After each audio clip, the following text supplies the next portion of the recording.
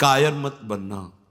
तुम्हारे जीवन में कठिनताएं आएंगी, आपको लड़ना है इनसे।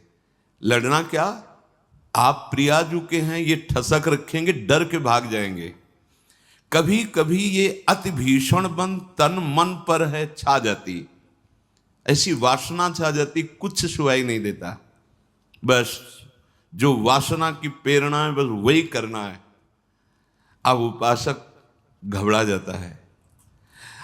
अच्छा, जो बड़े महापुरुष हैं, अब उनके लिए दूसरा कोई बचा नहीं जिससे वो करुणा करें।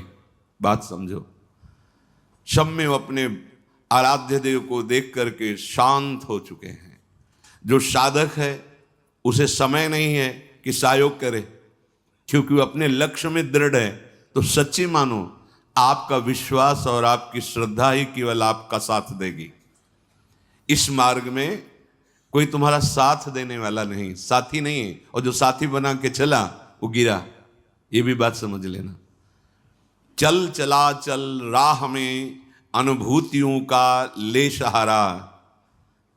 अगर तुम अपनी अनुभूतियों को अपने साथ रखोगे कि पग पग पर मेरे कृपालु आराध्य देव ने कैसे मुझे संभाला है, फिर कोई तुम्हें जरूरत नहीं किसी के सहयोग की। तुम्हारी अनुभूतियां ही तुम्हें आगे बढ़ा देंगी। चल चला चल राह में अनुभूतियों का ले सहारा, कौन तेरा साथ देगा, व्यर्थ में किसको पुकारा। इस मार्ग का साथी केवल हरि का भरोसा, हरि का बल है।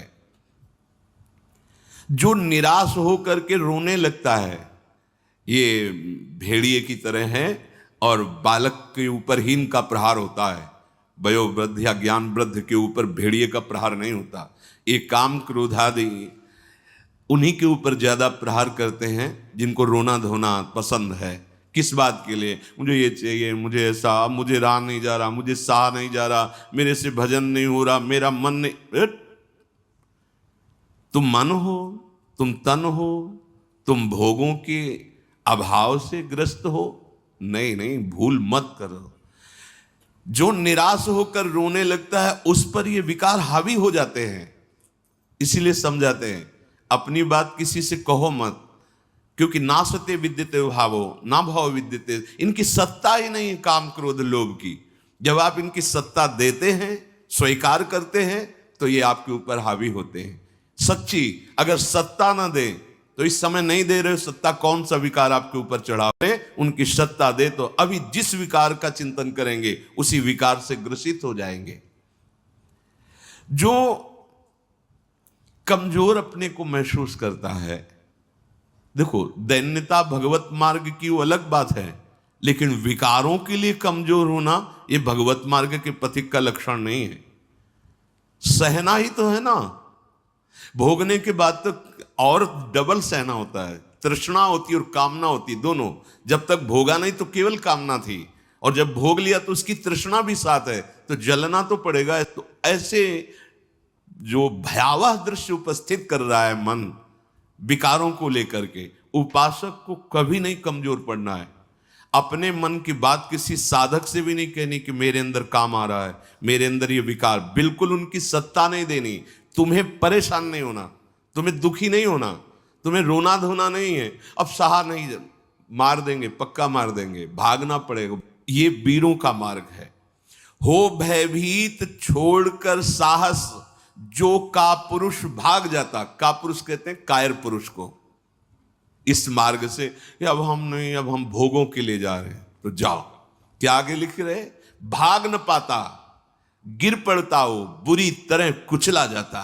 ये विकार उसका नाश कर देते, फिर रास्ता नहीं रह जाता। जो चढ़ाई का भगवत मार्ग का बहुत बहुत बहुत भयभीत करने वाली बात है। अगर भगवद आश्रय छोड़कर भोगों में आप चले गए तो देखो धाम छूटा, प्रिया जो छूटी, नाम छूटा। ऐसे तो जप नहीं पा रहे हो, अपराध करके जप पाओगे? अपराध का सीधा प्रभाव होता है भजन ना होने देना। जैसे कोई सोचे कि हम मनमानी आचरण करेंगे, गुरु आज्ञा उल्लंघन, शास्त्र विरुद्ध, और फिर मंत्र जप लेंगे, भजन कर लेंगे, बिल्कुल नहीं। एक बार भी निज मंत्र स्मरण नहीं कर सकते, एक बार भी आप भगवत स्मरण करने का अधिकार नहीं रख सकते। पापवंत कर सहज स्वभाव, भजन मोर ते भाव न काऊ, जो पे दुष्ट हृदय सोई होई, मोरे सन्मुख आओ की सोई। लड़ना है बड़ो ही कठिन है, भजन ढिग ढरिबो।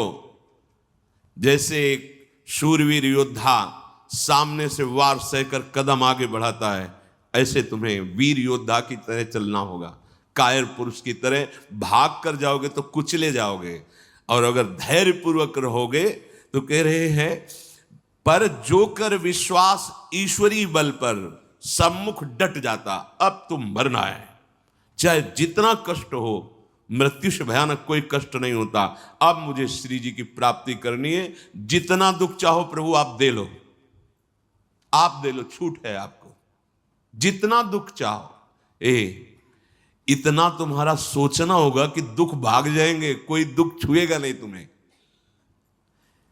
उससे डर वे भाग छूटती नहीं, दुखी वो हो पाता जिसने निश्चय कर लिया कि अब सारे दुख मुझे भोगने हैं, पर हम प्रियाजू को, प्रियाजू के नाम को, प्रियाजू के धाम को, प्रियाजू के चरणारविंद की उपासना को कदापि नहीं छोड़ सकता।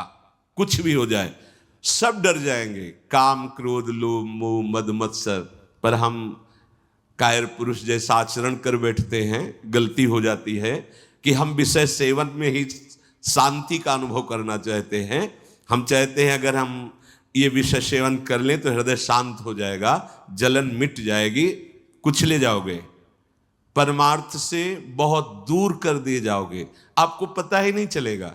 माया का खेल ऐसा है, पता थोड़ी चलता है कि हम भ्रष्ट हो गए, पता थोड़ी चलता है कि हम इतने नीचे उतर गए। जब कोई महात्मा आपको दर्शन कराएगा कि आप कितने नीचे गिर गए, तब आपको पता चलेगा। गिरते समय पता नहीं चलता। माया का ऐसे ही भक्ति का खेल है, चढ़ते समय पता नहीं चलता कि कितनी ऊंचाई पर आप चढ़ते हैं। जब गुरु कृपा से कहीं ऐसे द्वंद्व उपस्थित होते हैं और उन द्वंद्वों पर आपका हृदय विचलित नहीं होता, तब पता चलता है कितनी कृपा भक्ति की है कि हमें इस ऊंचाई पर बैठाल दिया कि मान अपमान, लाभ हानि, दुख सुख, ये हमारे ऊपर कोई प्रभाव नहीं डाल पा रहे। पर ये डट वही सकता है जिसने अपने जीवन का लक्ष्य निश्चय कर लिया है। श्रीपाद करें राधा दास्य, मुझे श्री जी चाहिए। जिसने मन में ये निश्चय कर लिया कि अब मुझे प्रियालाल चाहिए, तो अब उसकी चाह में इतनी सामर्थ होती है कि सबसे लड़ सकता है।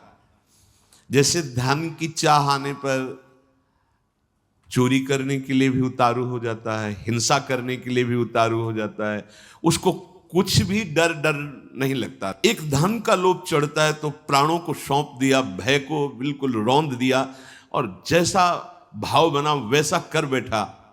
और आप प्रभु को चाहते हैं और आपको डर लगता है।